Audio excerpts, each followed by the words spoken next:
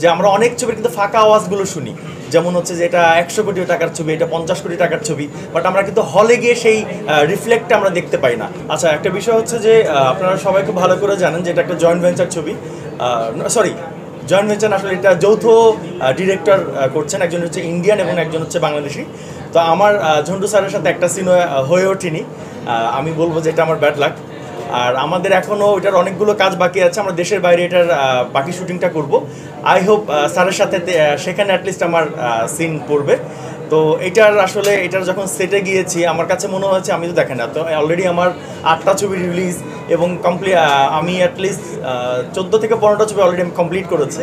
তো আমার এই ছবিটা হয় কি একটা আসলে বিগ বাজেটের একটা ছবি, এবং আমি যখন সেটে যাই আমার কাছে মনে হয়েছে যে একদম স্টার্ট থেকে এন্ড পর্যন্ত প্রত্যেকটা ব্যাপার হচ্ছে বাজেটটা আসলে দেখা যাচ্ছিল যে এটা আসলেই একটা বিগ বাজেটের ছবি, এবং প্রপার ওয়েতে তারা কাজটা করছে। এবং আমার যেটা মনে হয় যে আমরা অনেক ছবির কিন্তু ফাঁকা আওয়াজগুলো শুনি, যেমন হচ্ছে যে এটা 100 কোটি টাকার ছবি, এটা 50 কোটি টাকার ছবি, বাট আমরা কিন্তু হলে গিয়ে সেই রিফ্লেক্টটা আমরা দেখতে পাই না। বাট আমার কাছে যেটা মনে হচ্ছে যে দেলাওয়ার জাহান ঝন্টু স্যারের যে অপারেশন জ্যাকপট ছবিটা এবং রাজীব দার, এটা হচ্ছে যে রিয়েলি অন্তঃছবি একটা মাইল ফলক সৃষ্টি করছে।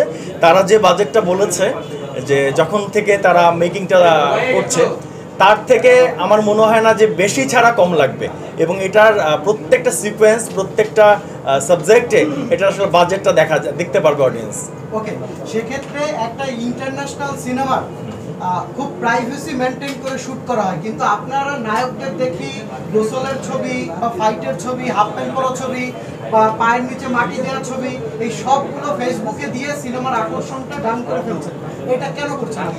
আসলে একটা ব্যাপার কি, আমরা যখন শুটিং করি, যখন একটা বড় এরিয়াতে আমরা কাজ করি, তখন কিন্তু না আসলে ওই নিজেদের লোক শুধুমাত্র মেনটেন করে আসলে কাজ করা যায় না। কারণ আমরা দেখো, যেমন ধরুন গ্রামে যখন কাজ করি বা একটা দূরে যখন কাজ করি, হাজার হাজার শত শত মানুষ সেখানে অ্যাটেন্ড করে শুটিং দেখার জন্য। এবং তার থেকে বেশি ব্যাপার হচ্ছে যে ধরুন আমরা ইউনিটি ধরুন 200 মানুষ আছে, এখন কখন কোন সাইড থেকে কে একটা ছবি ক্লিক করে নিবে, এবং সেই হতে পারে একটা অকওয়ার্ড একটা সিচুয়েশনে একটা শুটিং বা একটা সিন হচ্ছে, বাট সেইটা যদি ক্যাপচার করে আমাদের নিজেদের মধ্যেই কেউ যদি সেটা আপলোড করে দেয়, সেখানে আসলে বলার কিছু থাকে না। আমার কাছে যেটা মনে হয়েছে, আপনি যেটা বলেছেন লিমন ভাই, সেটা হচ্ছে যে কমপ্লিটলি আমাদের মধ্যে থেকে সেটা কেউ আপলোড করেছিল এবং সেটা নিয়ে আসলে ভাইরাল।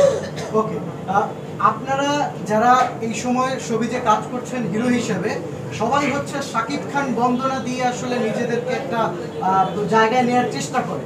আলটিমেটলি শাকিব খান এখন পুরোপুরি বাইরের নায়িকা নির্ভর হয়ে গেছে এবং ওই রকম একটা জায়গা। আপনারা তার দাপটে আপনাদের সিনেমা হলে আসলে টিকতে পারে না, তারপরে এটা কেন? শাকিব খান আসলে আপনার কাছে কেন? আসলে দেখেন, আমরা যদি সাকিব খানকে এইভাবে দায়ী না করে আমরা যদি বলি যে সে আমাদেরকে সাপোর্ট করছে, কীভাবে সাপোর্ট করছে, একটা সময় সাকিব খান কাজ করতো ইয়ারলি 14 থেকে 15টা ছবি তার রিলিজ হইতো, বাট এখন কিন্তু মাত্র তার রিলিজ হচ্ছে আপনার 2টা। এখন আমার যোগ্যতা নাই, আমি বেশি ছবি করতে পারছি না, বাট সে তো অলরেডি ছেড়ে দিয়েছে, সে তো অলরেডি আপনাকে স্পেস দিয়ে দিয়েছে। এখন আপনি কেন আপনার যোগ্যতা আপনি দাঁড়াতে পারছেন না? আপনি কেন আপনার ছবি তার মতো সুপারহিট দিতে পারছেন না? এটা আপনার প্রবলেম। সাকিব খান আমার কাছে মনে হয় যে ডে বাই ডে সে আরও স্পেস দিয়ে যাচ্ছে, যে বাংলাদেশের অন্যান্য হিরোরাও কাজ পাক, অন্যান্য হিরোরাও আসলে বেরিয়ে আসুক। কিন্তু আমাদের ব্যর্থতা, আমাদের হচ্ছে আমার মনে হয় না যে সাকিব খানের মতো ওই যোগ্যতাটা আছে যেটা দিয়ে আসলে আমরা ওই লেভেলে একটা ছবি দিতে পারি বা ওই লেভেলে আমরা একটা ছবি নিয়ে পৌঁছাতে পারি।